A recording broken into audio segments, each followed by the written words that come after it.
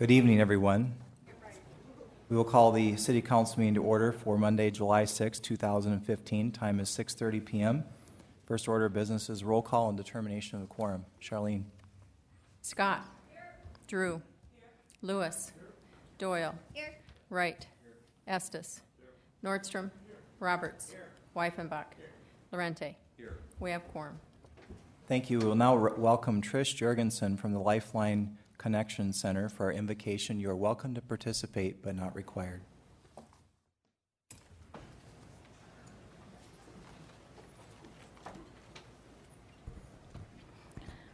There's a prayer in the Old Testament that Solomon heard from God after he had prayed, and it came in the evening. It's out of 2 Chronicles 7:14. If my people who are called by my name will humble themselves and pray and seek my face and turn from their wicked ways, then I will hear from heaven and forgive their sin and heal their land. Lord Jesus, we pray blessings upon this meeting tonight. We pray blessings upon Mayor Sam Quaker, and we thank you for his dedication and service for the past 2 terms as mayor of Rapid City. We bless his family and his marriage and whatever he goes on to do in the next season of his life. We thank you for being able to pray over the city council. We bless Mayor Allender coming up, his family, his marriage, and all that you can do over city government. We thank you for the elected officials and the people in the room tonight. Let us be people of integrity and honor and show a culture of honor to those who we serve. Bless our city, protect our city gates, and heal our land. And most of all, we pray for peace and in government and all the things that are going on in the world today. We know that you are covering Rapid City, and we know that we can change the city, the state, the United States, and the world with our power of agreement in our culture. We thank you for what you're going to do in the city government and what you've already done. We give all these things to you this evening, Lord. In your precious name we pray. Amen.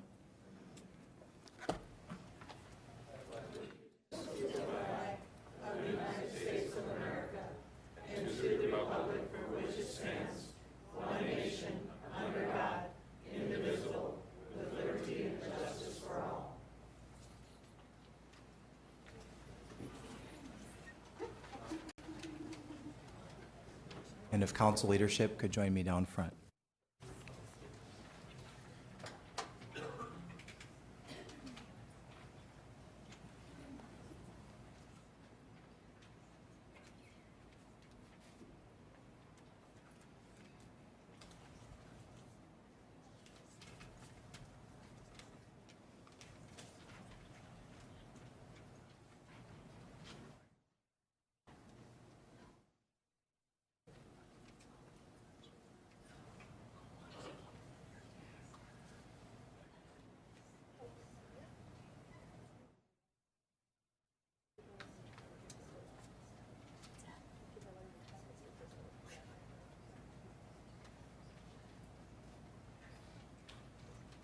Good evening, everyone. What you are about to witness is a peaceful transition of power, a blessing upon this country which many have worked for and fought for and defended. It's a time to remind us of our birthday, which was a few days ago, of what we do every year and often in this country, and we honorably respect all that are elected. We honorably respect all that voted. For that, we thank you, and I'd like to say a few words on behalf of the council and the city of Rapid City for Sam Quaker's service to our community. He served on the council from 2002 to 2011, correct? Council from 2011 to 2015. We worked hard. We don't always agree, but we worked hard, and I've come to like the guy, and I respect him for who he is, and I thank him for his service. And I'd like to thank Jennifer and the girls for loaning your husband and your dad to the city of Rapid City so generously. As in the military, the soldiers and airmen and sailors of the service, men and women, are able to deploy because of the support of their family. Same here. So thank you. And God bless you. With that, we have a token of our appreciation, Sam, for your hard work and years of service to our community. This clock, I think it has an alarm clock, but you're not allowed to set it for tomorrow. My only condition I put on you is that you sleep in tomorrow. Okay? That's right. All right. Here you are, Sam. Thank you very much.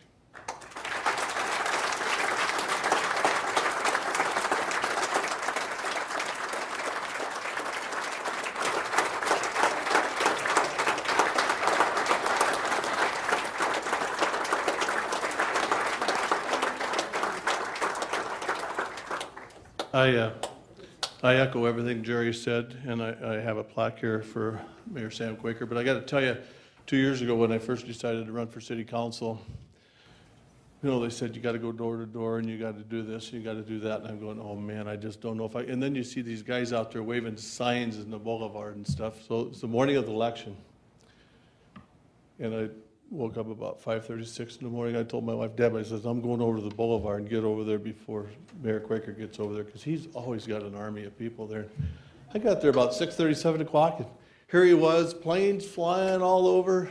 You know, this was when you ran against Mr. Kirkby, and I said, I don't know if I can do this. And you go, he says, this is what I love about the government. He says, this is where you get out and meet the people. And I just want to tell you, it's been an honor for me to serve with you. And your enthusiasm and your passion and caring for the people of Rapid City. I want to thank you. And I want to thank you all for sharing your dad with us and for getting that puppy Ipsy, because that little critter brought a lot of laughter and joy to the council over the last year. So thank you.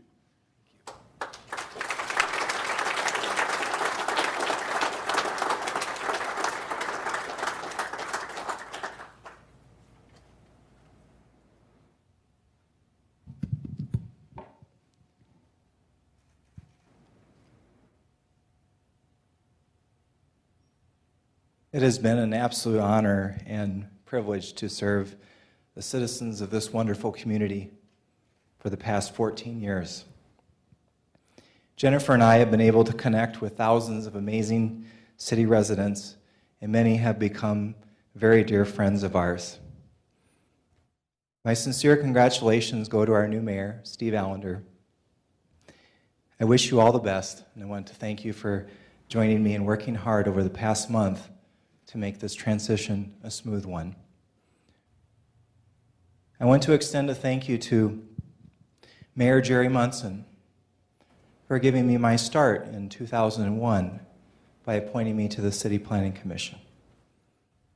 And at the time that, just to put this in perspective in terms of time, at the time of his phone call to appoint me to the Planning Commission, this Yahoo right here was 3 weeks old. Oh, Abby. I must thank all the dedicated supporters who've traveled this road with me. Thank you for believing in me and believing that together we can make Rapid City an even better place to live. I want to thank my political adversaries and opponents for keeping me sharp. I walk away from this experience stronger and smarter as a result of our interactions. Several years ago, I had the privilege of meeting a group of visitors on a State Department exchange program from the Sudan. We're at a beautiful setting on the west side of town, and I remember naively asking the United Nations interpreter. I was talking to one of the local officials from the Sudan, and I said, what form of government do you have?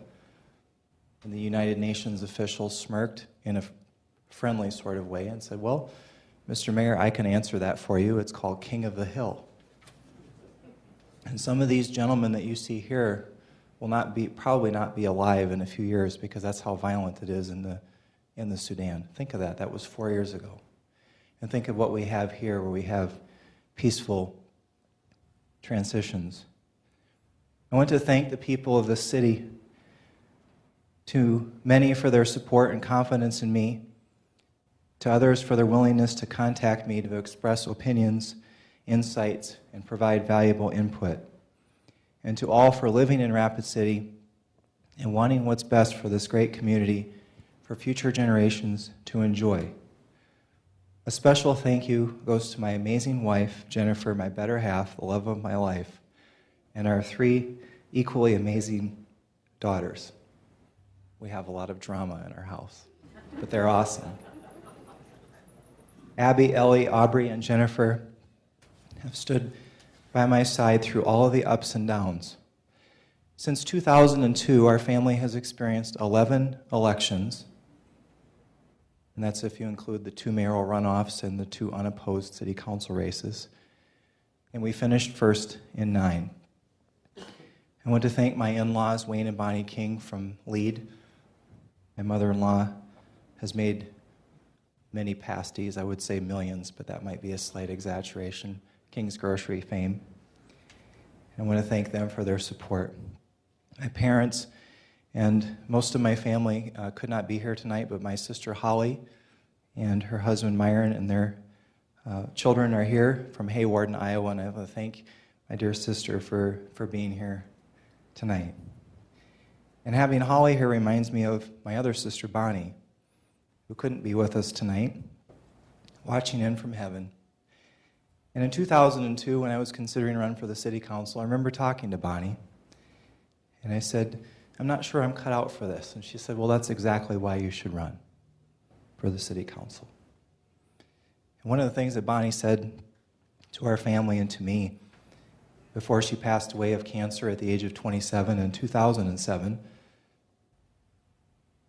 is that it was so important to slow down and love people, and people matter more than anything else.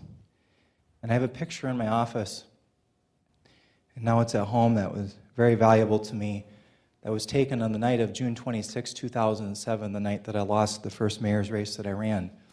And Bonnie was in the midst of her fight with cancer at that time, and we had a deal going that I was going to win my race, and she was going to win hers. I was ahead on the east side of town, lost on the west side of town, and I saw the look in her eye, and I said, well, Bonnie, that's just something that we made up. But we did lose her a few months later. I am confident that I will see her again, and she has been the inspiration, among others, for me to run for the position 4 years later. My final thank you is to the city council members and to our city's dedicated 777.39 employees. Very loyal, and they are the true engines of city government. Many of the ideas for improving city operations have come from them. And we've had quite a few interesting debates here in the council chambers. And I love Rapid City history. And I noticed that zoology is again entering the council debate tonight with a debate on goats. And just recently we had a debate on chickens. But what goes around comes around. Many of you have heard of Jackson Boulevard and have also heard of Canyon Lake Park. Well, a gentleman by the name of Robert Jackson in 1932 deeded Canyon Lake to Rapid City with the stipulation that no motorboats would ever be permitted to disturb the peace and quiet of the lake. 20 years before that, he was elected mayor. In 1911, he was elected mayor, and it says on his biography on the Knowledge Network that he never felt qualified by experience and was not always happy over the complaints about minor things, such as neighbors' chickens invading the other's yard. And he resigned on August 6, 1912, perhaps exhausted by chicken debates. So just want to caution our new mayor to not allow the zoological debates to wear you out. I look forward to the next phase in this adventure called life, whatever my future holds. Our 3 daughters did insist on holding on to a few of the big campaign signs because they make fantastic wintertime sleds. Rapid City is a great place to live, work, and play, and raise a family. I love Rapid City and the people in it, and it has been an honor and privilege serving you. Thank you very much.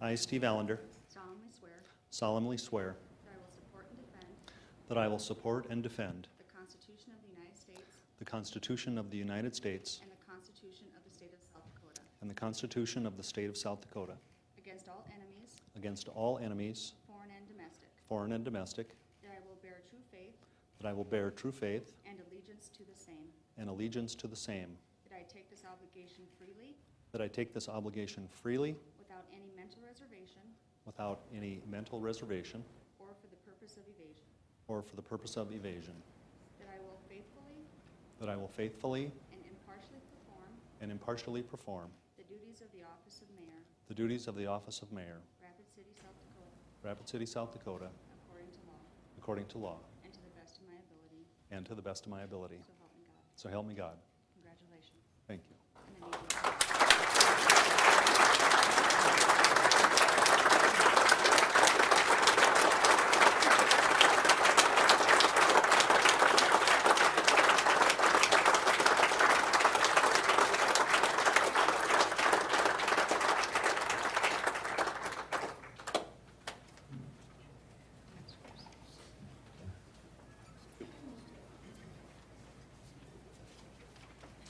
Well, thank you, everyone.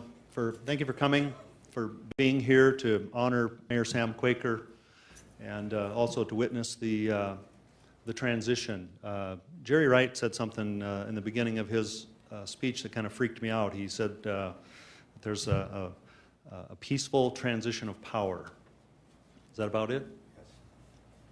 And that's a big deal. And so I just been thinking about that. When I should have been paying attention. I was thinking about what he said, the transition of power. And it just occurs to me that there's power in this position. But the mayor didn't have this power, and I won't have this power because of oppression or because of military rule or because of the things that foreign countries go through. We have this power because the people give it to us. And the people are sitting right in this room and watching on television. And that's where the power is. That's where I intend to keep it. And I know Mayor Quaker has done that during his time, and I will swear to do that during mine as well. I'm glad that we got to be here to witness this ceremony, although if any of you know me very well, you know I would just as soon have had this done in the back room with just one other person and myself, but this is the way it is. And in a moment, when we're done with the swearing in and the recess, then I'm going to take my position back here on the dais, where for the remainder of the evening I will fumble with the rules of parliamentary procedure and look at people and cover my microphone while I'm asking for advice. So get used to that. This is going to happen. And I will, in the coming days, weeks, and months, make it a point that my learning curve does not become a distraction for the progress that this city is begging for. And I will do my best in this position. I will expect you to keep a high standard for me and other elected officials in Rapid City. And I would expect you to count on keeping us accountable for the way we carry out our duties. These are public positions. They are owned by the public, and the feedback that you have is essential for us to do the work of the people. And I feel very strongly about that. So thank you very much. Thank you to Mayor Quaker for the smooth transition, all the efforts that he's gone through. I've seen him starting the day after the election up until today. And every day except for today, I think I've seen him get happier and happier every day as the time goes on. Today, he's a little down, and I think I understand why. Because he's leaving somewhere that he's been for 4 years, and he's really invested his life into this position. And I imagine sometime, either 2 or 4 or however many years later, I'll be feeling the same way when I'm leaving. But thank you again very much. And it's a privilege to be your new mayor.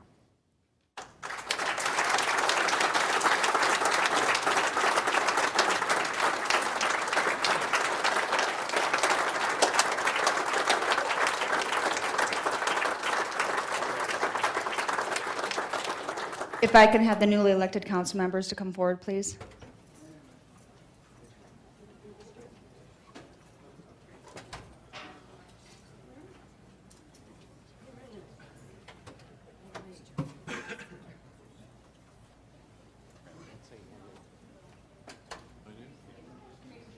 Please state your name. Sure. I, John Roberts, solemnly swear that I will support and defend the Constitution of the United States, the Constitution of the State of South Dakota, against all enemies, foreign and domestic, that I will bear true faith and allegiance to the same, that I take this obligation freely, without any mental reservation, or for the purpose of evasion. I will faithfully and impartially perform the duties of the office of Ward 45, Rapid City Council, Rapid City, South Dakota, according to the law and to the best of my ability. So help me God.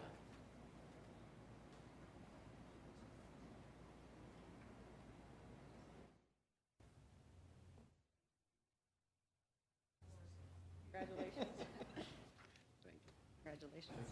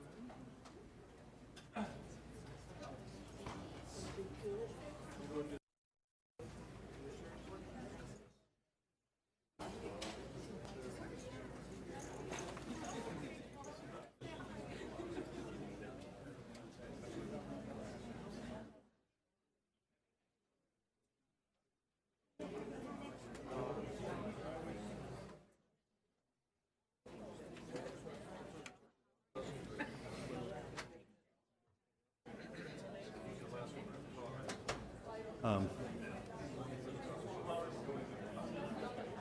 the election of officers, you mean? Oh. Want to take a recess right now before we elect? We'll call this meeting back to order.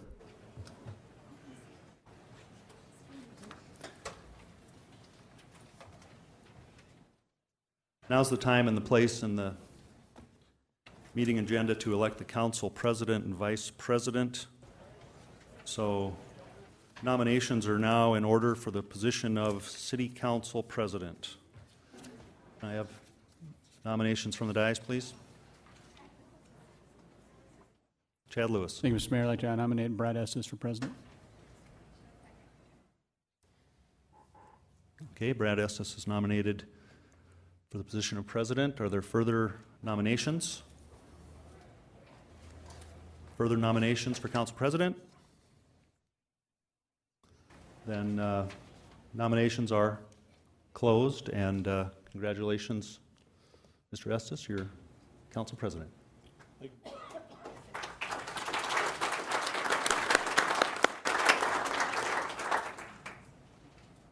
Okay, now we will seek nominations for the position of City Council Vice President. May I have nominations from the dais, please?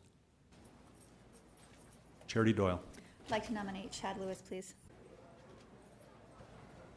Okay, nomination for Chad Lewis and seconded. Are there further nominations for Vice President? Further nominations for Vice President? Then, seeing none, nominations are closed. Congratulations, Mr. Lewis. You're now Vice President.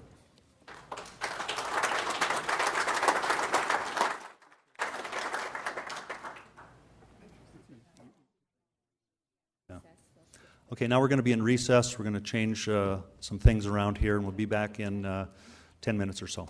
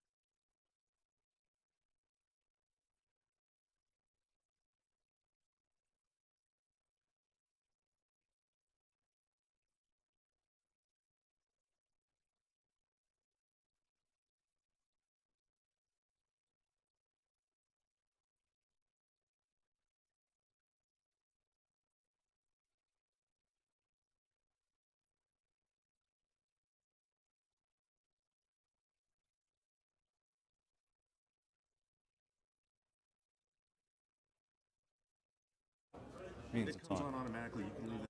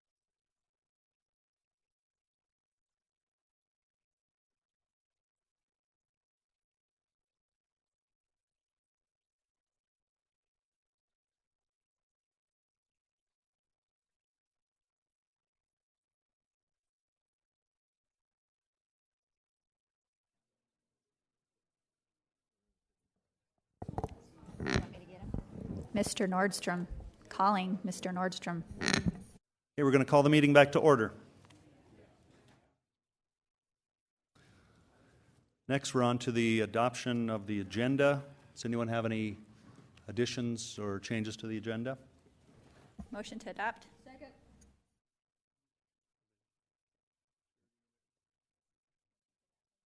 Okay. Motion by Charity and a second by Amanda. All in favor? Opposed? Okay, now we're on to general public comment.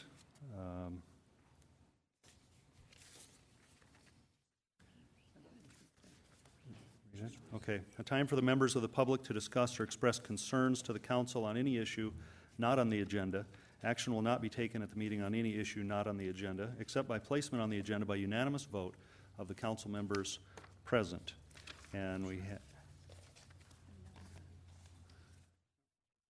No?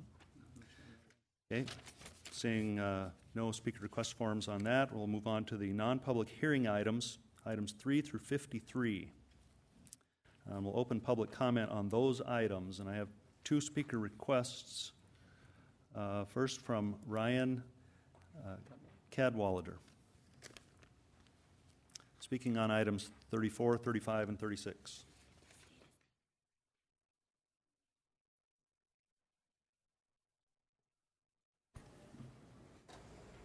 We're good? Okay. Good evening. My name is Ryan Cadwalder. I'm with Sheehan Max Sales and Equipment here in Rapid City, and I reside at 4143 Park Ridge Place in the city limits. And I am requesting that the City Council remove items 34, 35, and 36 off the agenda for approval. These are items to be purchased off the National Joint Powers Alliance. As a local dealer, I would like the opportunity to open those up for competitive bids so that we all have an opportunity to submit bids on those items for you guys. I have, I believe, given everybody a copy. Okay. I also submitted a copy that if you choose not to go to bid, competitive bids, you can purchase other items off the National Joint Powers, and I've done a summary on that for what you're currently on the list to do versus if you wanted to buy a Volvo, which is our manufacturing rep or line that we supply, and the type of savings you would save, and or if you'd like to go to another avenue, we can purchase off the Minnesota DOT bid, which would save the city approximately $123,000. Okay, thank you. Next, we have a speaker request form from Patricia San Martin. Is Patricia here?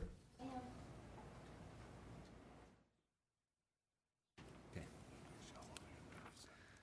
And Patricia, you have 3 minutes, and you're here to talk about item number 49, I see. I am. Thank you so very much. I would respectfully ask you to please consider on the Kroll petition for a mining permit behind Founding Fathers. I would like you very much to consider public safety. Highway 16 is the busiest in the state, and the proposed ingress and egress of the site is at the bottom of a 2.8-mile-long hill with a 4% gradient at the bottom. Right past that is a bridge and an intersection to Highway 79 via Spring Creek Road. They're very close, and there are multiple tourist attraction distractions. I see drivers riding brakes most of the way down that hill, those that are not from hill country. And today, on the way into town, I counted 9 different brake marks from Bear Country to the bottom. And the last thing, and it's a little bit public safety.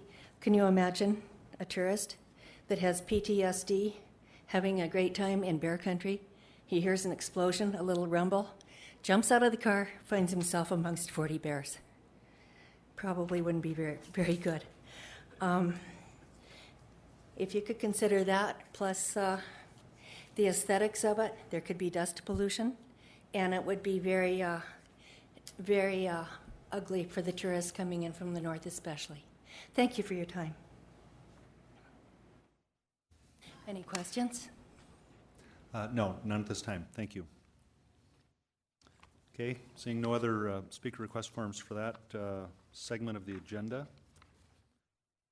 we are going to move on then to the consent items, items 3 through 53. Would the council like to pull any of these items off consent?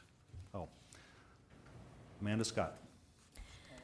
Thank you, Mayor. I'd like to pull item number 28, 29, 34, 35, 36, 48, and 52, please.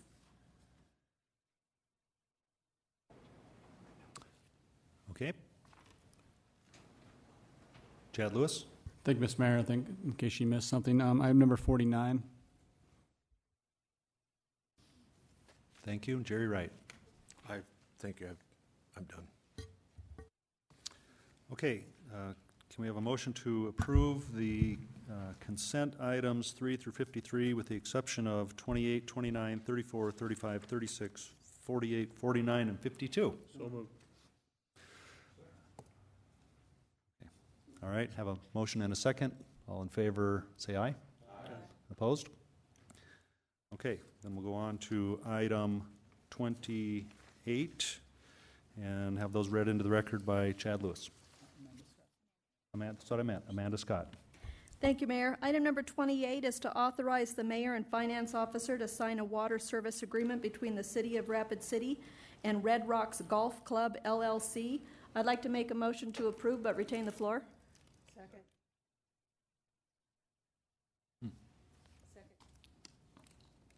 I'd like to make a motion to approve but retain the floor. Okay. Motion and a second. All in favor? No. Discussion.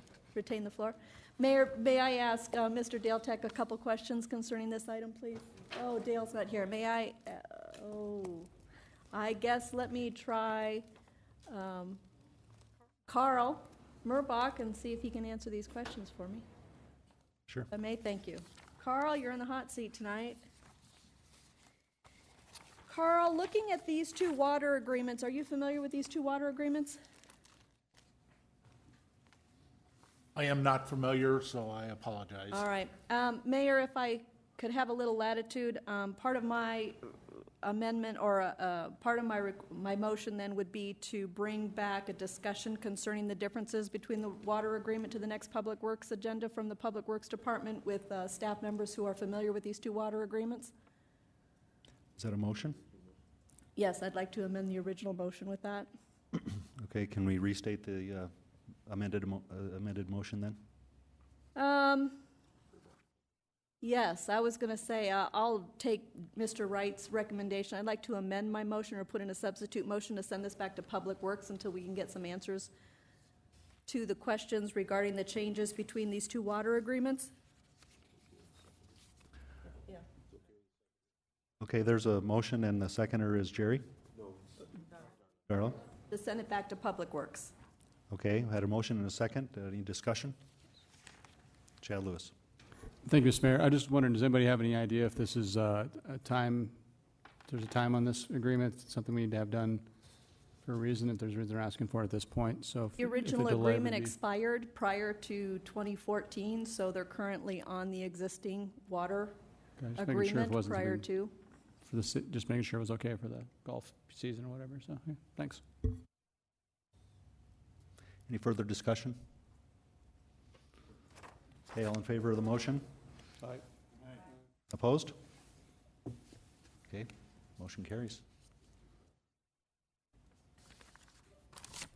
Item number 29, Mr. Mayor, is to approve the resolution 2015-074 to declare an emergency to authorize Rapid Creek Bank stabilization at the water reclamation facility.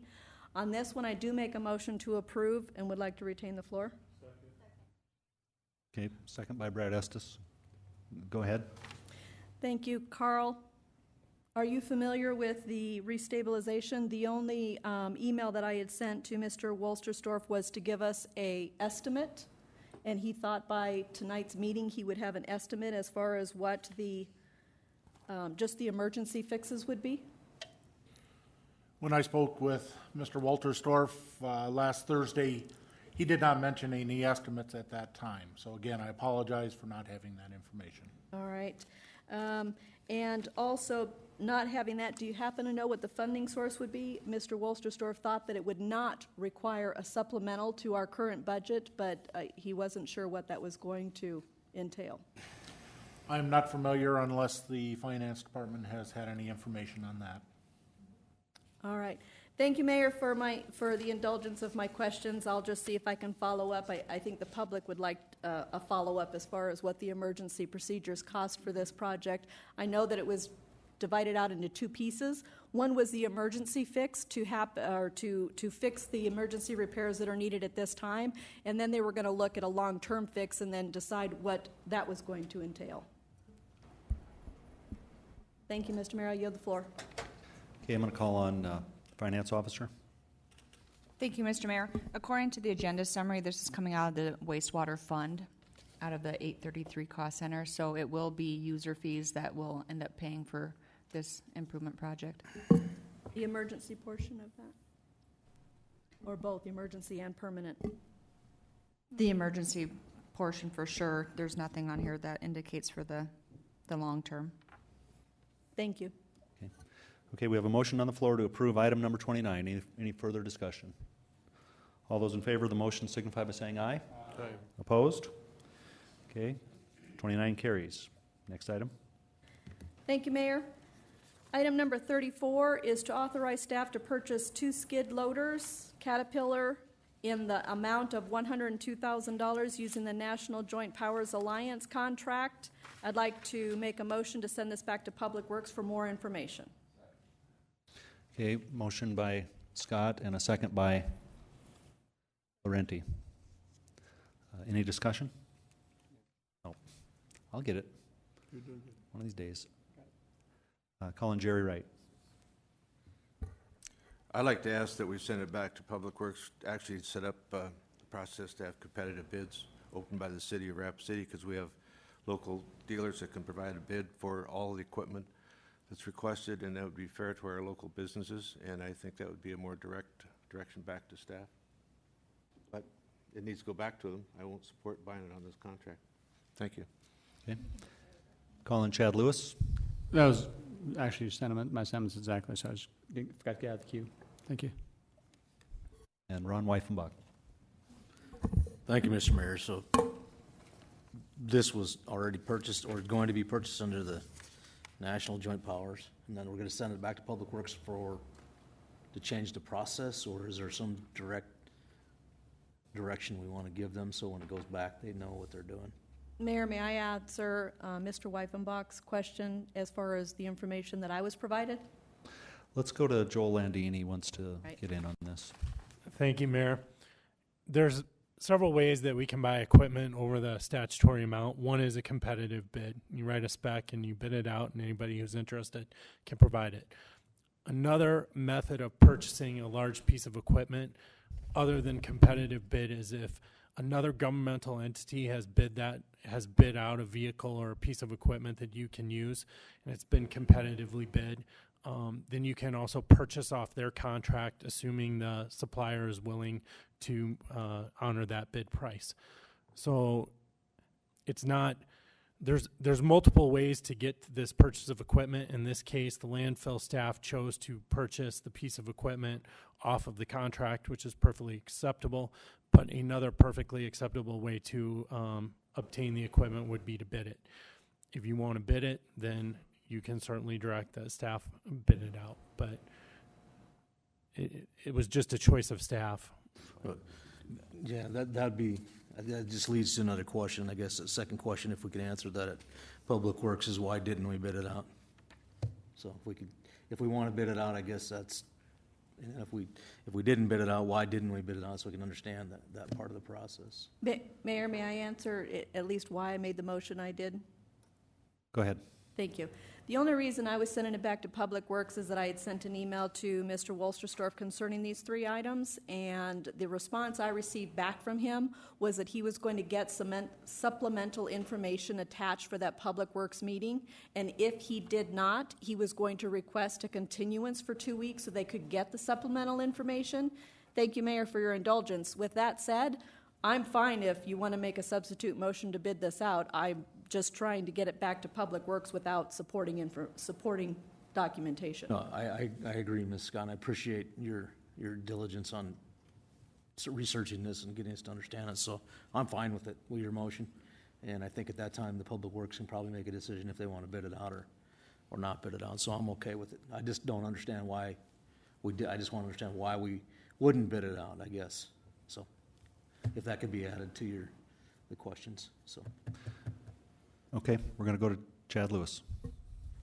Thank you, Mr. Mayor. I'd like to make an amendment or a substitute motion to include items 35 and 36 in the same motion, just for expediency. Yep. That's okay. Is it an amendment or a substitute, Joel? I'd accept that friendly amendment. Okay, thank you. The amendment is to add 34, 35, and 36 under one consideration by Chad Lewis. I support that amendment. Okay, Charlene, are you good with the motion? Okay. Okay, Charity Doyle. Thank you, Mr. Mayor. I'd like to just answer one of Mr. Weifenbach's questions, if I may. Yes. And he was curious as to why it wasn't bid. The answer that Public Works Director Wolterstorff gave us last week was that it was because they wanted those specific pieces of equipment, and that's the source that they knew they could get those specific pieces of equipment. And so, I guess we have to ask the question on, do we want to micromanage to the degree that, we're telling them what kinds of equipment that they need?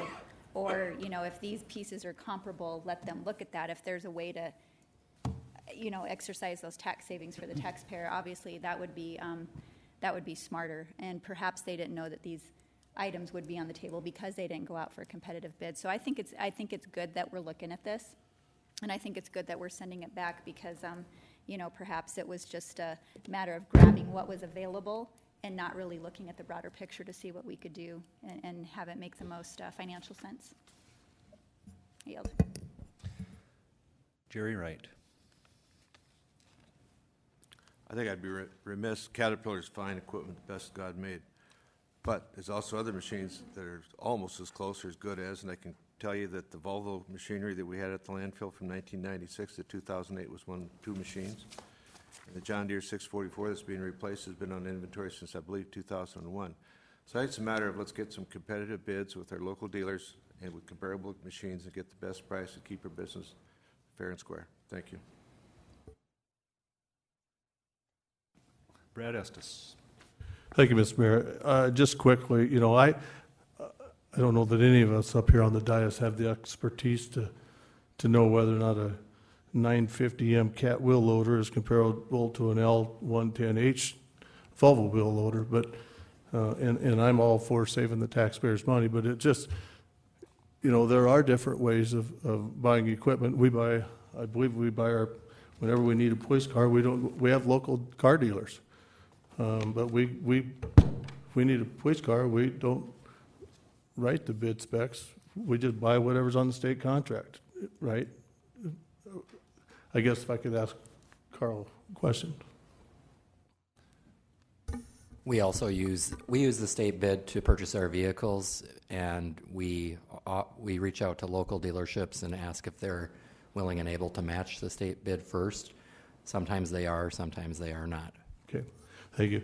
I guess my only point is that this is a national association. It's approved. It doesn't make it wrong. It makes it, but it's different. It's something we're not used to. And if we decide that we can get competitive bids on like equipment, that's fine.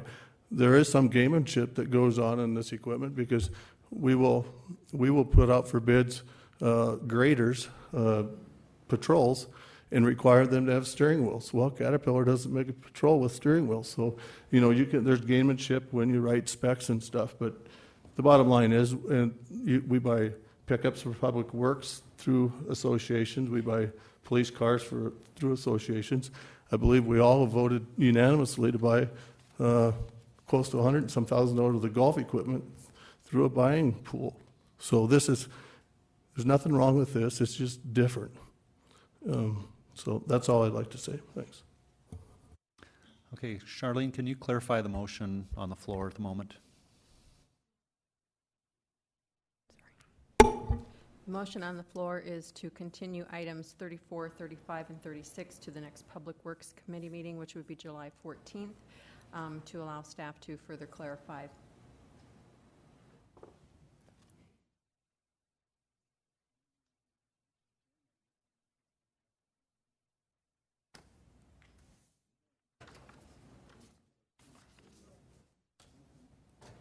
That's all that we need solved. Did I get Chad that Lewis. Sure, why not? I guess changed my name to Laurenti here pretty quick. I thought the motion was going to be to open it up for competitive bidding, so I guess I'm a little confused. That was my question. I thought this week Jerry had spoke about that. I thought he made a motion in that form, so I can't make it now because I'm speaking, but just throwing that out there. Okay, so the current motion on the floor is to send back to the next Public Works meeting.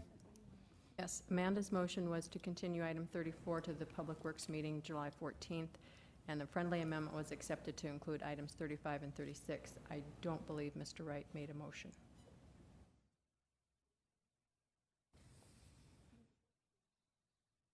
Am I on? Jerry Wright. I'll make a substitute motion that these three items be sent back to Public Works and be prepared for a competitive bid. Thank you. Okay, that motion was by Wright and seconded by Lewis. Any discussion on that substitute motion?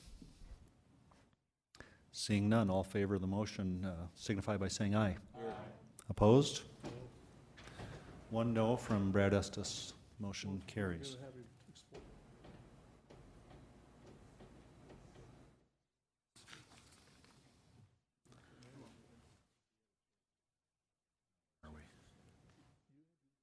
Legal finance consent items? Okay. Right here? Oh, yeah, 48, 49. Okay, item 48 will be read in by Chad Lewis. Thank you. Thank you, Mr. Mayor. Item number 48 is approve a request from South Coast School Mines Technology to waive banner fee for MWeek for 5-year period. I move to approve. Second. Motion by Lewis and a second by Weifenbach. Okay, Amanda Scott. Thank you, Mayor. When I streamed the meeting for the Legal and Finance, I appreciate Alderman Lewis's enthusiasm in extending the original motion to be a 5-year approval. And I don't have a problem with that. The only thing that I'm bringing up is, was this run by the committee from the South Dakota School of Mines and Technology? Because there's two things that come to mind on a 5-year approval. Number one, yes, they do come before us every year, but it is an educational tool of city government to have the committee from the school come and do the permit and ask us every year. It kind of keeps us in touch with, you know, the residents that are out there and the college-age students.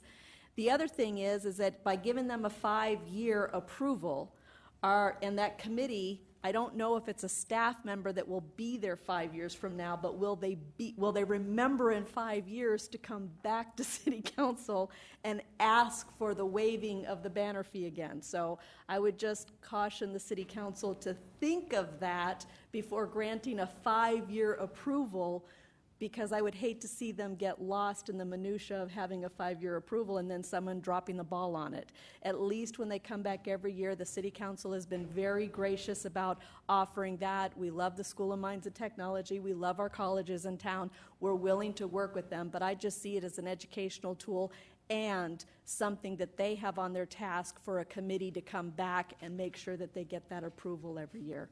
So my recommendation would be to take it back for 1 year, just to make sure that they don't lose sight of it. So I'll yield the floor. Okay, Chad Lewis. Thank you, Mr. Mayor. I do believe Mr. Laurenti actually made the motion at my behest because I was the chair of the meeting, but the idea behind it was that we give summer nights 3 years, and we do a lot of, just the idea is to save staff time going through this every year and having to approve it. I don't see us ever saying no to the School of Mines or hanging a banner, since we're pretty highly tied to them, and I know they seem to get a lot of educating over at the School of Mines. I'm not sure this is one more thing they need, but I do appreciate that part of it, I guess, but I don't know. I just trying to streamline it for everybody involved and save some paperwork and everything else was the idea behind it. I think that the city will keep a record of it, hopefully. If not, we'll be up doing it again. If not, I mean, I'm still for the motion. Okay, thank you. We'll go to Darla Drew. Thank you, Mayor. I work with the School of Mines in the summertime for a period of 7 weeks, 8 weeks in preparation for bringing students onto the campus. They are extremely efficient. They have records going back to when the college began. I don't think this is going to fall through the cracks. I believe that they will have this on their records to maybe at least remind us. But these people know exactly what's going on, in my estimation. They are a tech school. They kind of have this down. And also, there's so many great things that do happen at the School of Mines that, maybe we should invite them every once in a while to talk about something else besides banners, to educate us on what's going on there. So I would be able to easily say that we could do this for 5 years. I would be also happy with a 3-year substitute motion.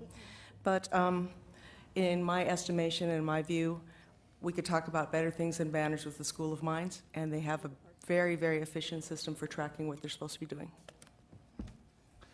Okay, thank you. Back to Amanda Scott. Thank you, Mayor. I see Mr. Bigler is in the audience. May I direct a question at our Parks and Rec Director, please? Of course. Thank you. And while Mr. Bigler is approaching the podium, I want to reiterate again, I'm not against offering the School of Mines and Technology this permit and waiving the fees for it. But Mr. Bigler, now that you're in front of the microphone, the reason I'm concerned is because I know there is some monetary waiving that gets done by them applying for this permit, that normally when the banners are installed, isn't there a fee that people are charged? There is, yes. There is a fee for each location. There are 2 locations that are available, one on St. Joe and one on Main Street. School of Mines has a banner that goes in each location, and for those locations, we do charge $375 per location, so it's $750 a year that you'd be waiving. And I don't have a problem with that, because I agree with Mr. Laurenti and Mr. Lewis that generally we're very, very I can never say that word. We agree with waiving that fee. The issue I have is that I would hate to see them get charged for simply not processing the paperwork in a 5-year time and then have to pay that fee. We don't charge any additional fee for application or anything like that. No, but if they fail to actually submit their application in 5 years, they would be charged this fee, because isn't part of their application the waiving of the fee in order for the City Parks Department to install the banners? It is, but this is an organization that, for which the fee's been waived, that it's kind of common knowledge that it's going to be waived every year, so it's something that we would also track for the next 5 years. All right, I feel a lot more comfortable. I would just, like I said, the main concerns I have is making sure, number one, that government stays in touch with our local residents and our local entities, especially the educational pool of our entities within Rapid City, but also to make sure that they don't miss their opportunity to have their fees waived. Thank you, Mayor. I yield the floor. Okay, the current motion on the floor is to approve. All those in favor of the motion? Aye. Opposed? Motion carries. Next item. Thank you, Mr. Mayor. Item number 49 is an acknowledged discussion regarding proposed limestone mine on Highway 16. And as per Mr. Wes Shelton earlier today, informed me that this property is currently back on the market, therefore probably indicating that the applicant will not be filing for a mining permit. I mean, that's not guaranteed, but just so everybody knows that, it's probably a good sign they're not going to be doing that. It's no longer under contract. So just thank you for Mr. Shelton and everybody else bringing this forward to the public. I think it's of vital importance to our community and our tourist industry, and I appreciate that. I'm moved to acknowledge it.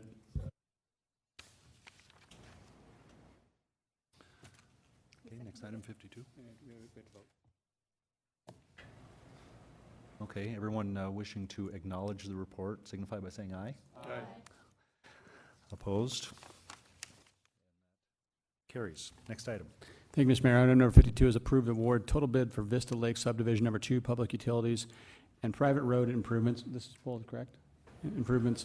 Project number 15-2229/CIP number 51045, open June 30th, 2015, to the lowest competitive bidder, Mainline Contracting, the amount of $386,803.75. I move approval. Second. Okay, we have a motion by Lewis and a second by Nordstrom.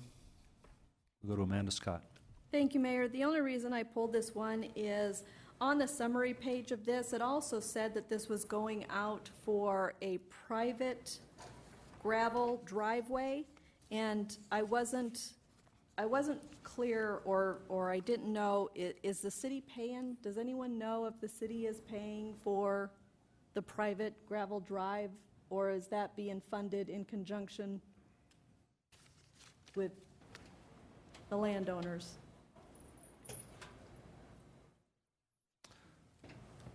It appears that no one is prepared to answer that question. Well, we'll go to Chad Lewis is next.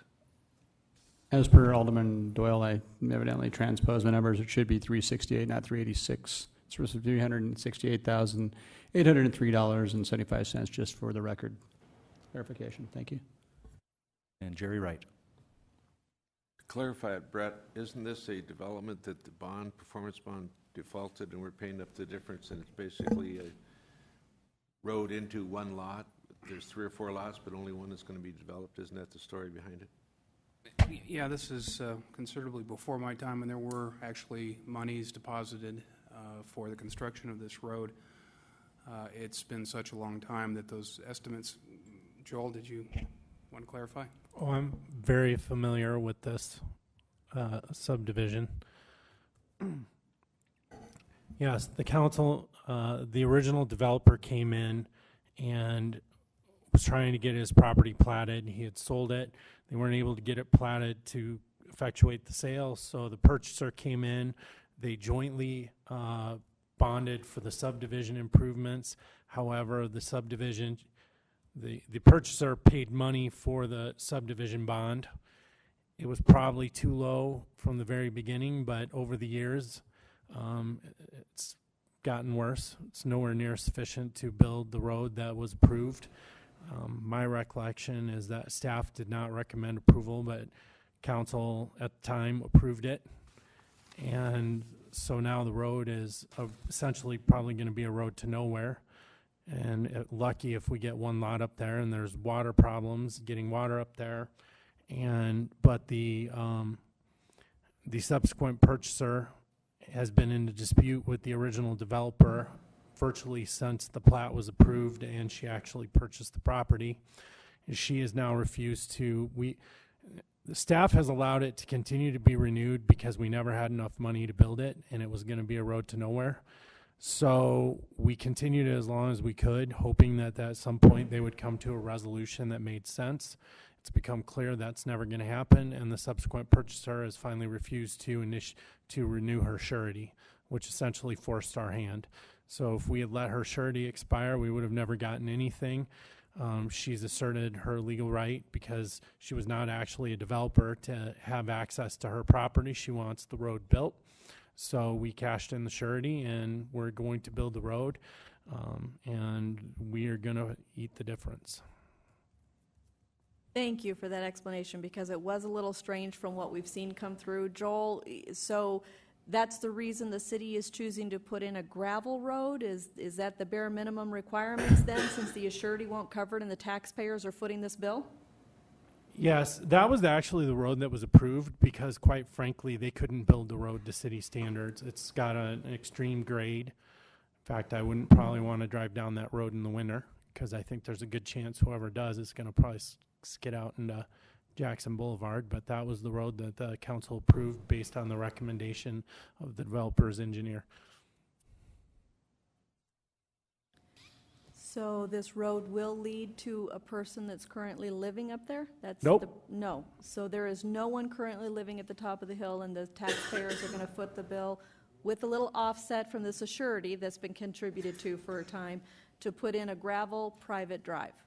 Theoretically, yes. I mean, at the time it's completed, it may make the property more marketable, and the person could then sell it to somebody who wanted to build a single home up there. I don't know that they would ever be able to get more homes up there, but right now there really isn't a physical access to the lot is at the top of the hill. And from what I understand, it's a very beautiful lot. It just has a lot of issues as far as getting utilities and city services up there. And I think that the person, the subsequent purchaser who bought that lot, their intent is to get the road to the top and hopefully be able to sell it. I don't think they'll be able to sell it for what they got paid for it, but at least sell it for something and cut their losses. But this has been going on for at least 10 years.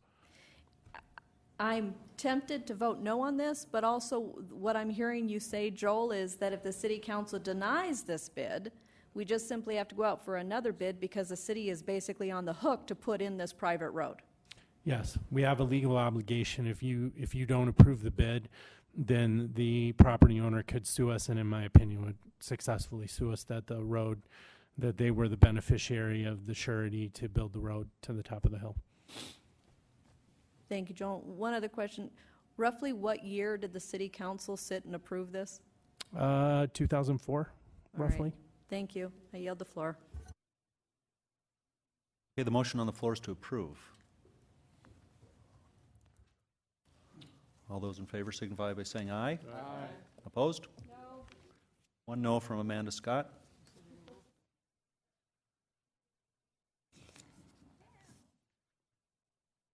Okay, now we're on to the non-consent items, items 54 through 71. We're going to open public comment, and I have 3 speaker request forms. The first one from Ross Jones on item number 58.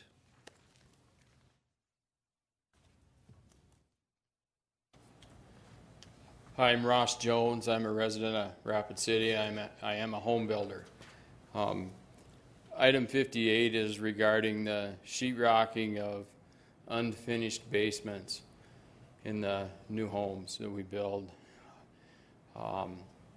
We talked with the fire department at one point, and I think the last that we had talked that they was going to get back with us and try to work with the home builders on this item. I don't think that was ever done. I would urge you to vote against it because every time we add something like this, we're adding cost to a house. This is going to cost probably $1,200 to maybe a couple $1,000s a house, depending on the size of it. So I would urge you to vote against it. Thank you. Thank you. The next request form is from Robert Cook on item number 60.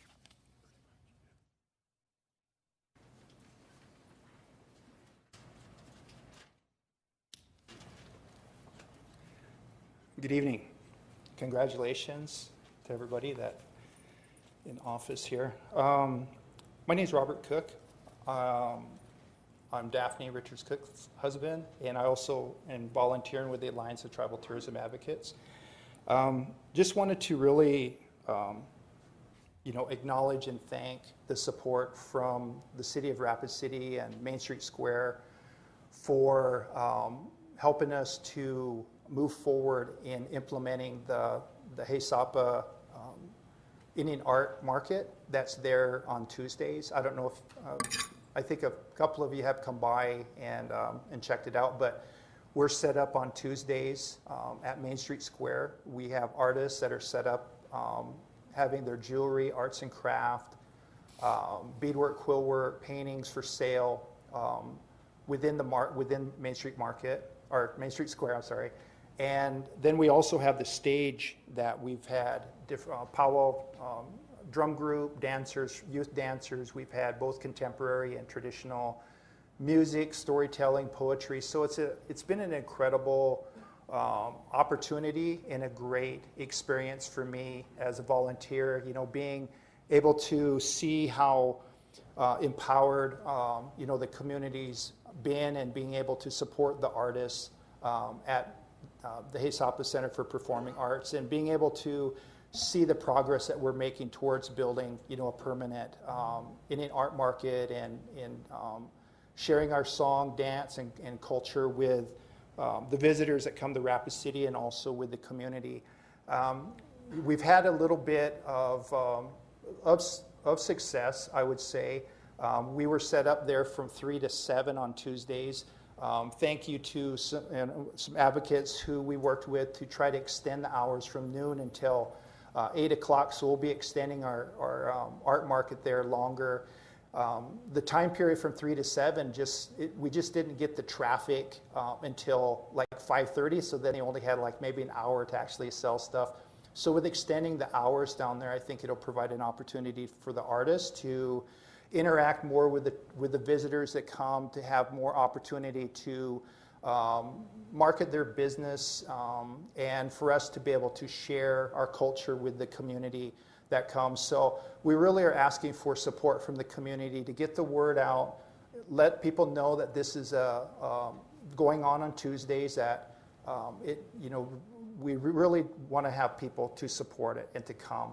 And I think by having the hours longer, that's going to be a step in the right direction. So we're really grateful for that opportunity.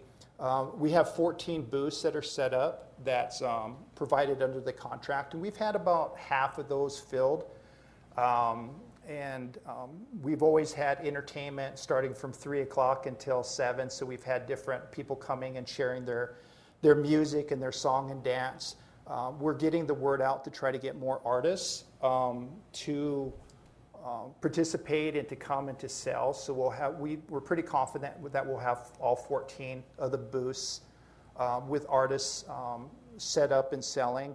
And I think it's a great opportunity. Thank you so much for your support. We just wanted to give you an update and let folks know that we are thankful for working with you. And this is a baby step towards the bigger project that we want to do, and we think it's going in the right direction, and it's been pretty successful. Like I said, I think the major hurdle is we just need to get the word out and let people know that this is going on, so we can increase visitation and people coming and supporting this project. Thank you. I just want to give a quick little update. Thank you. Thank you. And one more speaker request form. Scott Glasgow, item number 61. Good evening, ladies and gentlemen. My name is Scott Glasgow. I live at 327 Meade Street in Rapid City, and thank you for hearing me today. I tried to resolve this earlier today by contacting Mayor Sam to try to get the goat pardon going on, but that didn't seem to work out. Maybe that's just a governor thing.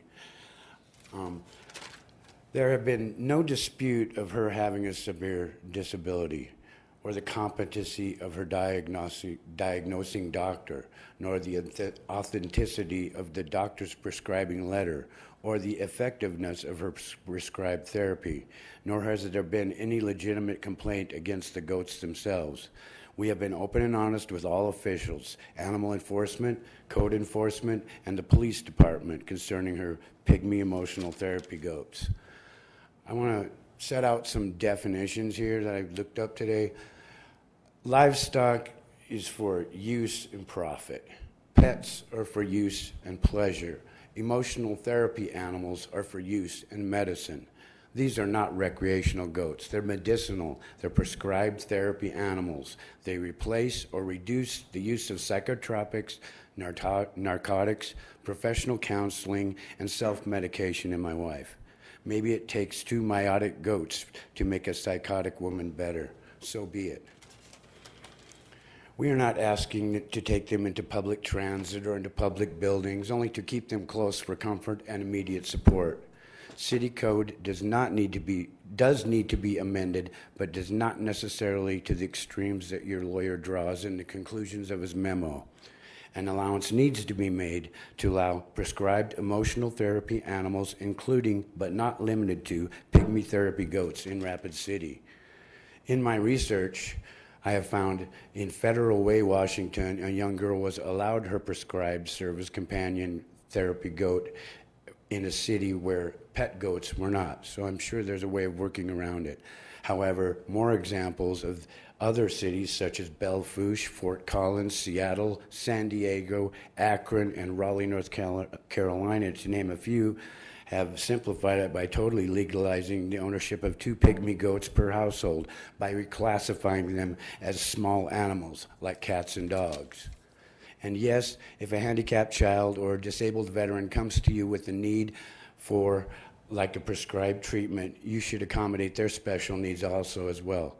If it improves their quality of life and doesn't trespass against others' rights, that is the pursuit of happiness. If this is not resolved tonight, I ask for continuance for further research into the issue and to seek legal counseling in the pursuit of happiness for my wife and family, because this is America. Thank you. Thank you, sir.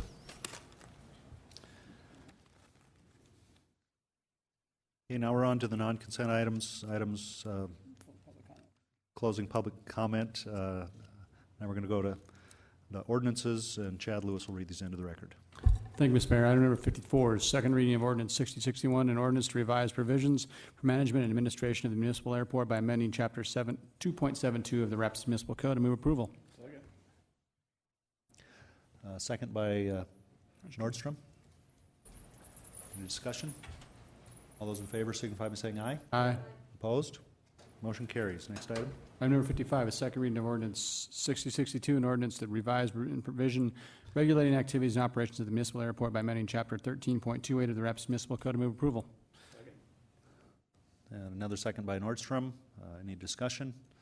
All those in favor signify by saying aye. Aye. Opposed? Same sign. Motion carries. Next item. Item number 56 is first reading of ordinance 6058, an ordinance amending section 17.06 of chapter 17 of the Rapid Municipal Code, rezoning within described properties requested by FMG for the property generally described as being located at 217 and 211 East St. Joseph Street. I move approval. Second this time by John Roberts. Any discussion? All those in favor signify by saying aye. Aye. Opposed, same sign. Motion passes.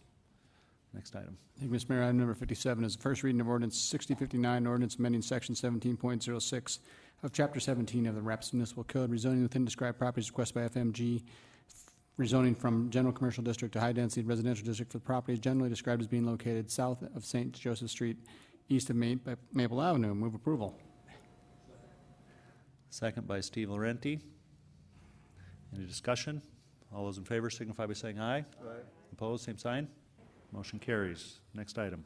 Thank you, Mr. Mayor. Item number 58 is first reading of ordinance 6049, an ordinance to amend provisions in the International Residential Code to address fire protection of floors by amending section 15.13.280 of the Rapid City Municipal Code, I move denial. Yeah, denial by Lewis and a second by Darla. Any discussion? We'll go to the fire department first. Thank you, Mayor. I'm going to go ahead and pitch it over to Assistant Chief Tim Billings with a couple of comments in reference to this item.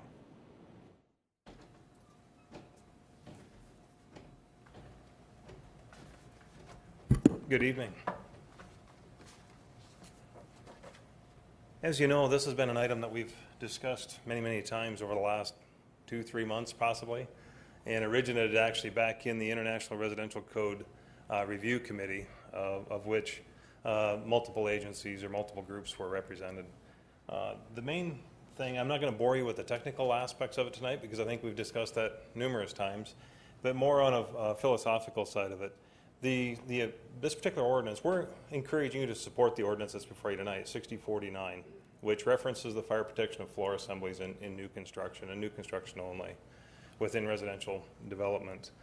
The particular piece of that out of the code, that's actually a minimum standard in the code, and we come out against trying to reduce the local codes. We think that the code as it's presented is appropriate and fits the needs here within the city, and has been vetted out thoroughly prior to getting into the code itself. This particular code, section 501.3, that addresses the protection of the floors, has 4 basic exceptions to providing sheetrock or a structural member, structural sheeting on the underside of the floor assembly. In the efforts of working with the home builders, we've met one time formally and numerous times informally with the group.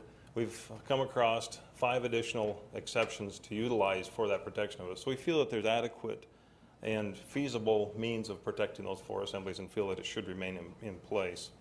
That particular section out of the code, going back just briefly to the actual code development, the International Code, Residential Code, was developed for the 2012 edition, and actually started back in 2006, when discussions between the National Association of Home Builders, International Association of Firefighters, American Wood Council, and the International Association of Fire Chiefs Life Safety Section came together and actually developed this language. It was developed jointly between industry and the fire service to bring us to where we're at today. So this particular provision has already been vetted out through the international code process with the cooperative efforts between the fire service, the wood folks, and the National Association of Home Builders.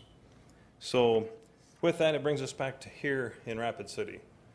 We feel that, again, we would ask you to support this favorably. It is an important piece of the code as we move forward.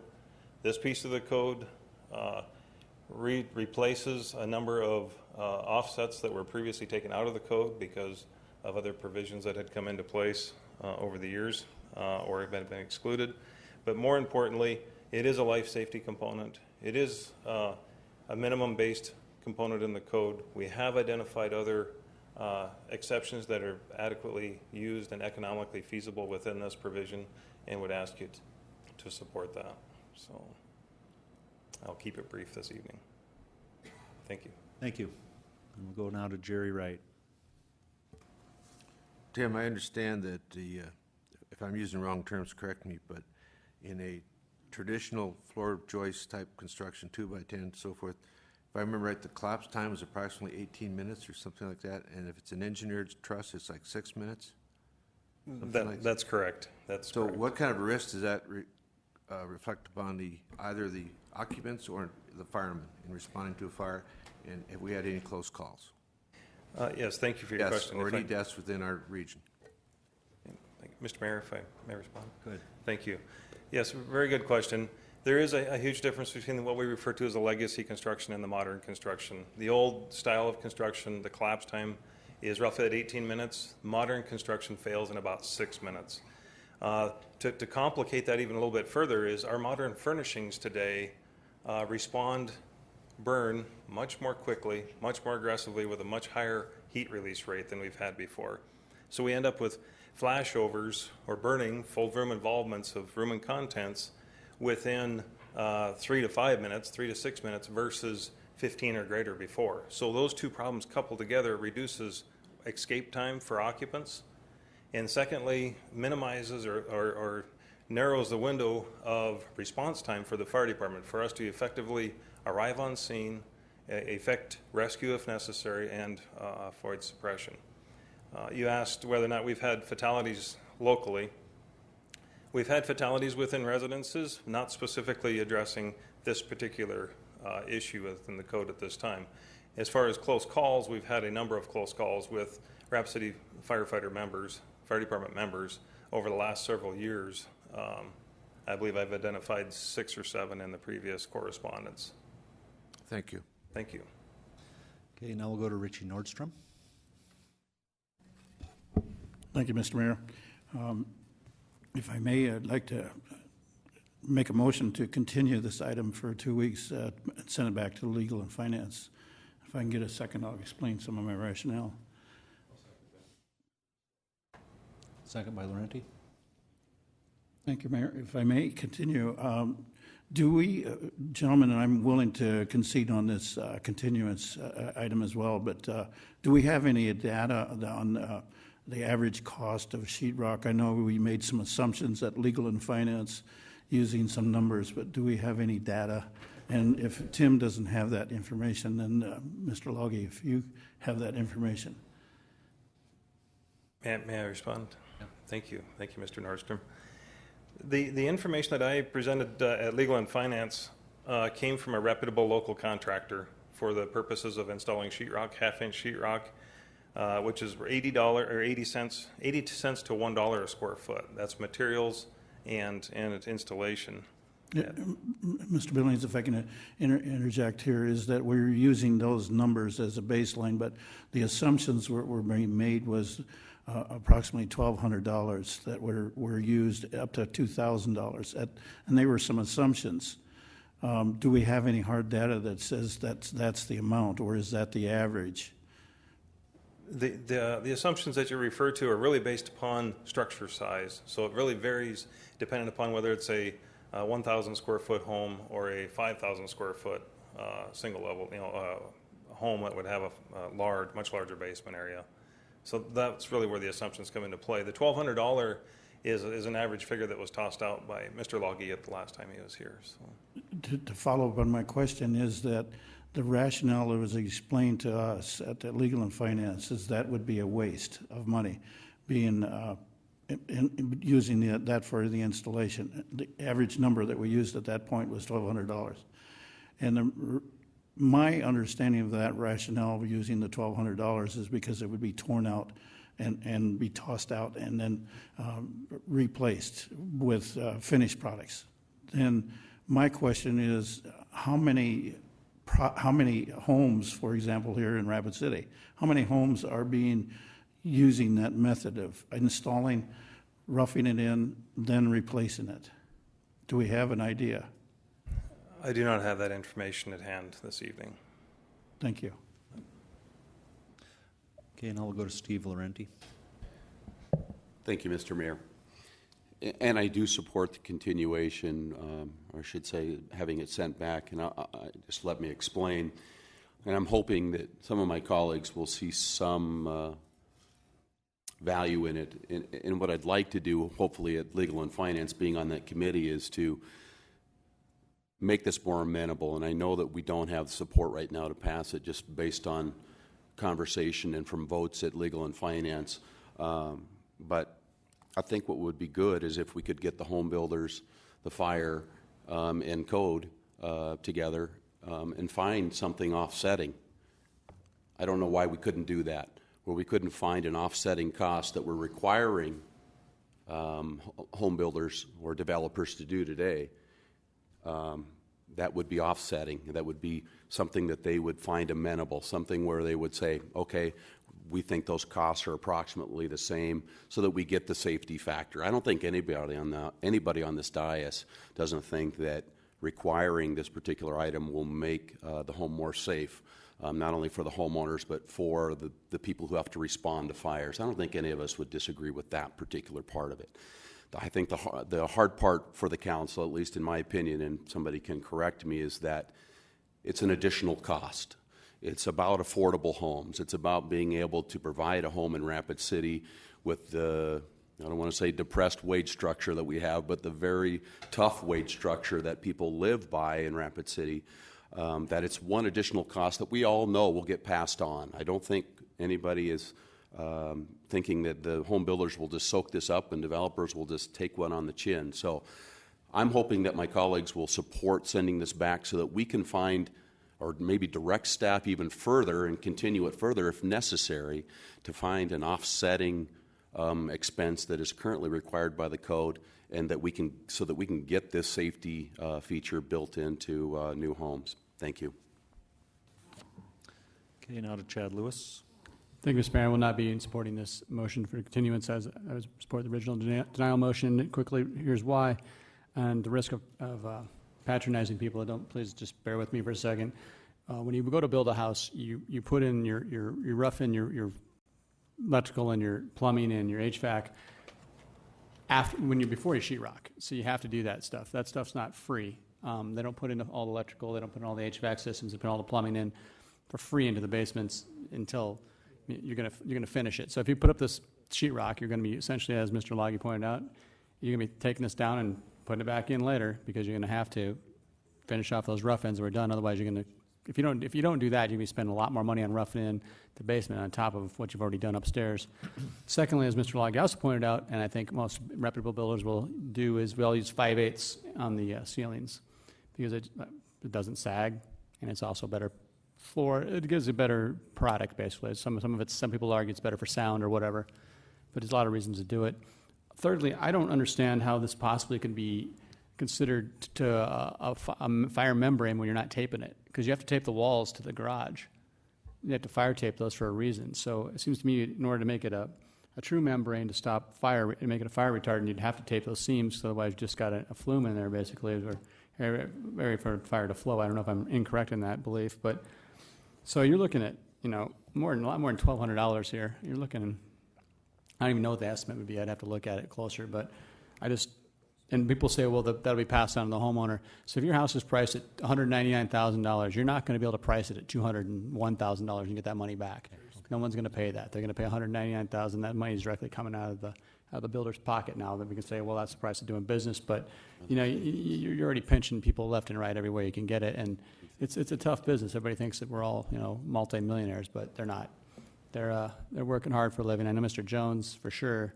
One of the harder working guys I know out there. Loggy, I'm not so sure about, but Jones, I know he really works. He puts a lot of pride in his craftsmanship, and I understand the life safety issues, but this is just one of those things I think that's just, we really need to step back and say, no, I think it's just a little too much money, and it's coming directly out of people's pockets, and it's not as easy as a fix as you think it is. Thank you. Okay, thank you. Just as a reminder, the motion on the floor is to continue the item. Ron Weifenbach. Thank you, Mr. Mayor, and I appreciate it. I've talked on it on several occasions, and first of all, this is international building code for people that don't understand the difference. It's not produced by the state or the U.S. government. It's an international builders code, and there's a reason for it. I mean, if you go back and you find out who publishes the International Building Code, I would suggest everybody take some time and understand the politics that's involved in the International Building Code itself. It's not vetted out by the local people here in the community. It's vetted out by people who have special interests in mind. That being said, I understand the fact that we could name off safety factors everywhere. Matter of fact, I think this council votes to have beer on the consumption on the streets of our city. I mean, that's a safety factor. I mean, but yet we're going to use the safety factor to try to make us feel guilty about adding on costs, and not taking them away. A simple solution would be for us to waive our inspection fees or the building permit fees to compensate for the other $1,200 that we're going to add on to these drywall for the ceilings that are eventually not going to be used. We settled on the $1,200 because we averaged out about $80 a square foot, average 1,200 to 1,500 square foot house that would have to be sheetrock. That's how we came up with the numbers. I understand where this whole thing is going to go eventually, and it's going to go to the sprinkler system. But the fact is, and I built a house, and had I looked back and seen the improvements that they've made, the costs that have been made, if there was a compromise somewhere along the line that we could say, hey, listen, let's just get rid of all this stuff, sprinkler it, but the fact is, it's got to be offset by something. I've sat up here for 5, 6 years watching it add on. We add on fees, we add on inspection fees, we add on taxes, we add on all this stuff, and the price has gotten to the point where if we keep adding on, I mean, and call it a safety factor to try to make me feel guilty about not voting for it, is a bad position to put somebody in. I think when we really do our job is when we come here and say, listen, we got some goofy stuff going on here that we shouldn't require to be done, and it's costing these guys X amount of dollars, say $3,000. And that may be the cost of what a sprinkler system may be in the future, whatever it may be. If we're putting those efforts towards that, I can get on board with it. But don't try to make me feel guilty about the safety. I know there's plenty of things, and I'm the last guy that wants to take safety lightly. I'm not going to do that.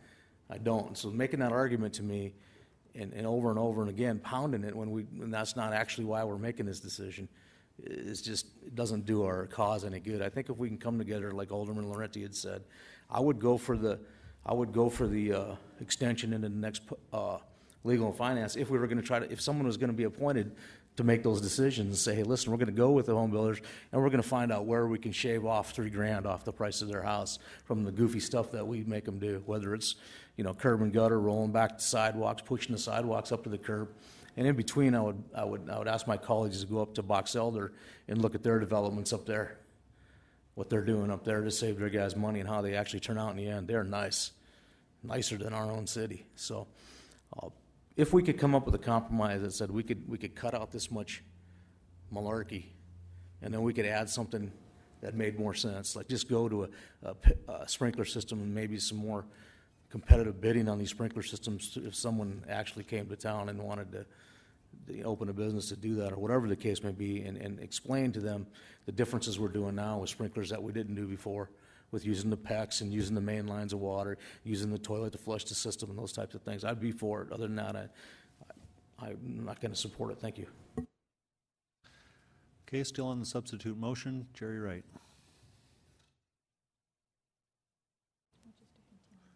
I support the continuance on the grounds that we get something back in 2 weeks that solves the problem. I think that the issue of cost, I've talked to old timers that worked in the old houses and they were crawling through them and the wiring was bare and wasn't insulated, and now it's insulated. We have houses that are two-wired and they now have new houses with ground wire, which added costs. And one time we used newspaper and God knows whatever else to insulate, now we use a fireproof insulation. Most of our improvements, which have improved the safety of our homes, add costs. I think that's a fact. And I think we have a serious thing here to weigh here, is that there is a risk to our firefighters, and there's a risk to the occupants, and there's an increased cost. Is there a way, I agree, if there's a way to balance it out, fine. But I think we need to look at the long-term safety. That's where I'm at. Thank you. I'll support the continuance. Amanda Scott? Thank you, Mayor. I just have a clarifying question. Is this being continued into the next city council meeting, or is this being sent back to Legal and Finance? Legal and Finance. Thank you. Okay, seeing no more discussion, we'll vote on the substitute motion to continue to the next legal finance. All those in favor of the motion signify by saying aye. Aye. All those opposed? Aye. 2 from Darla Drew and Chad Lewis. Okay. 8 to 2. She wants to do a roll call. Really? That makes it a little easy. Good practice. Nordstrom. Roberts. Weifenbach. Laurenti. Scott. Drew. Lewis. Doyle. Wright. Estes. 8-2 carries. Thank you.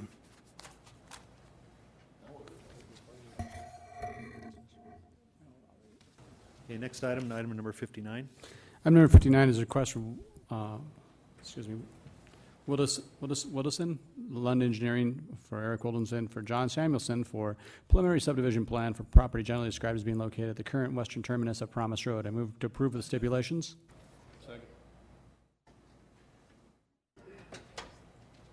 Who was the seconder? Nordstrom. Nordstrom is the seconder. Seeing no discussion, all those in favor of the motion signify by saying aye. Aye. Opposed, same sign. Motion passes. Item number 60 is an update on the Alliance of Tribal Tourism Advocates Powwow Ground project funding, and I move to acknowledge.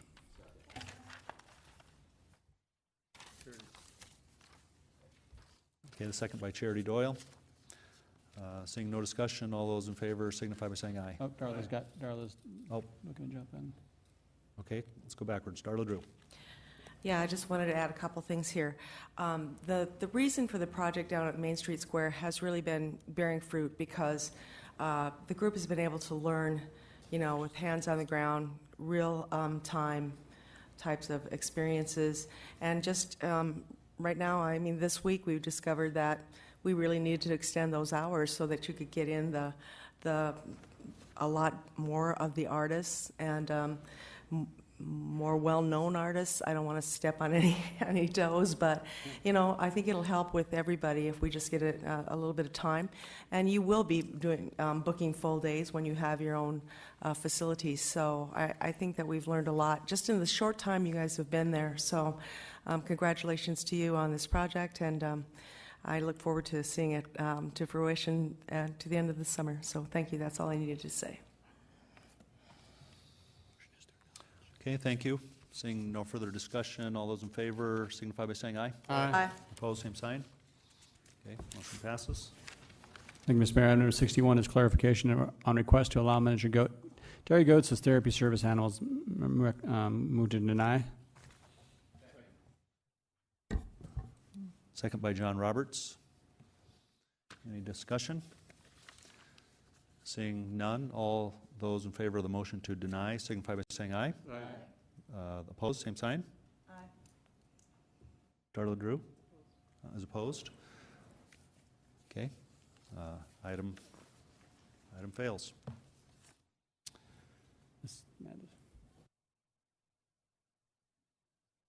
Okay, now we're on to item 61. Amanda, would you read these in? 62. Thank you, Mayor. Item number 62 is to approve with staff stipulations the exception request to waive the requirement to construct a portion of Golden Eagle Drive as it abuts proposed Track 1 of Copper Ridge subdivision. I make a motion to approve with stipulations. I'd like to retain the floor. Second by John Roberts. Go ahead. Thank you. Just wanted to commend staff for going back and working on this. I think it turned out to be an excellent accommodation made on both sides. So thank you very much for that. Thank you, Mayor. Okay, seeing no further discussion, all those in favor of approval signify by saying aye. Aye. Opposed, same sign. Motion passes. Now we're on to the CIP committee items, and question for the city attorney: do you think it would be appropriate to take items 63 through 69 together? Yes, I believe that would be appropriate.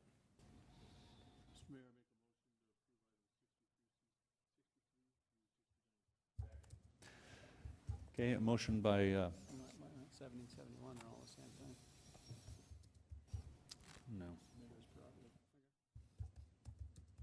Okay, motion by Brad Estes and a second by John Roberts. Okay, and for discussion we have Charity Doyle. Thank you, Mr. Mayor. I'd just like to, for the public who doesn't perhaps have an agenda in front of them, items 63 through 70, or through 69 rather, are just approving capital improvement plans of some sort, various departments, whereas the second two items that have been drawn in question are actually either authorizing or readjusting funds. So just for that clarification, thank you. I yield. Okay, thank you for that clarification. Now on to Amanda Scott.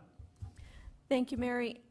Thank you, Mayor. And may I address, I know, it's getting late for me, may I address a question to the finance officer, please? Yes. Thank you. And Pauline, I understand that there are some possible changes coming up that will help streamline some of the CIP items as far as a consent calendar. Could you elaborate on that a little bit? And maybe you've got an estimate of when we'll start seeing that? If I might, Mayor? Yes. Thank you. Alderwoman Scott is correct. The reason why this isn't on a consent calendar like Legal and Finance and Public Works is because the agenda and how it is set up is part of your policies and procedures, and it takes a resolution to change that. Charlene actually was on the ball and requested that information from Wade to work on a resolution, and I believe that he is currently working on it. So I'm hoping the next round of committee meetings we'll see a resolution to have a section outlining the consent for CIP committee, just like we do legal and finance and public works.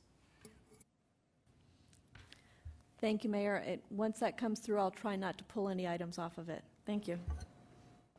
All right, thank you. So seeing no further discussion, the motion is to approve 63 through 69. All those in favor of approval signify by saying aye. Aye.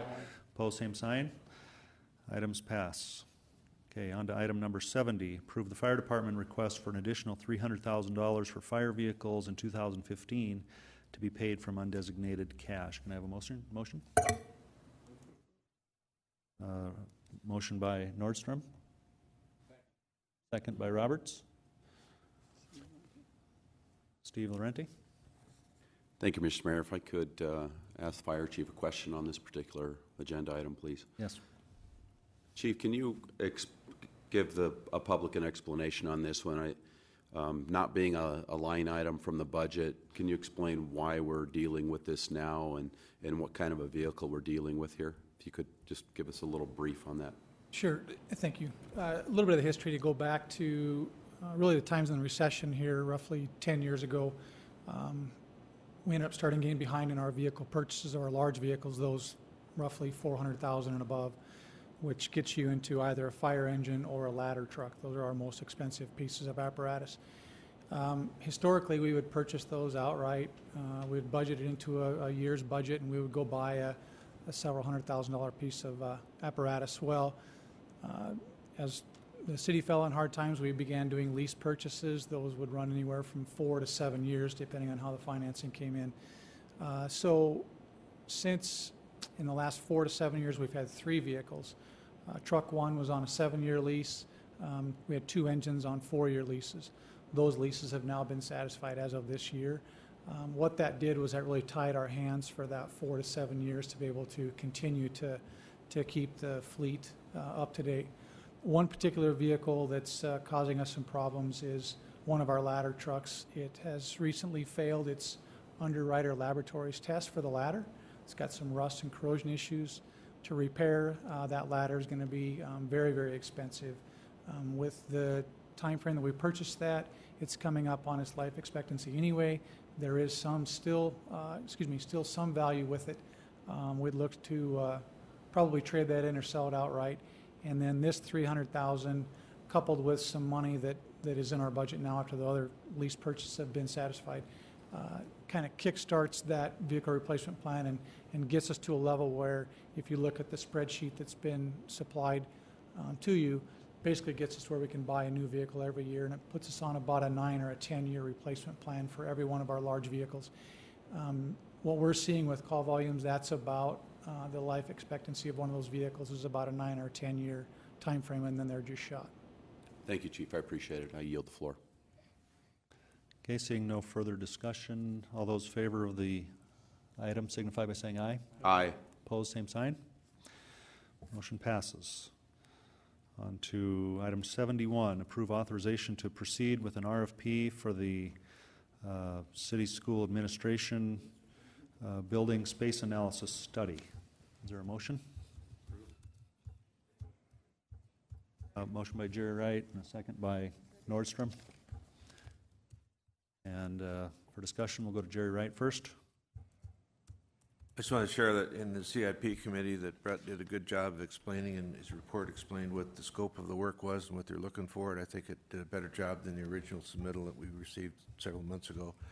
And I think it's a project well worth funding. Thank you. Okay. Seeing no further discussion, all those in favor of the motion signify by saying aye. Aye. Opposed, same sign. Motion passes. Okay, now we're on to public hearing items 72 through 74, and we have no speaker request forms. So we'll close the public hearing and we'll go on to item 72. Black Hills. Okay.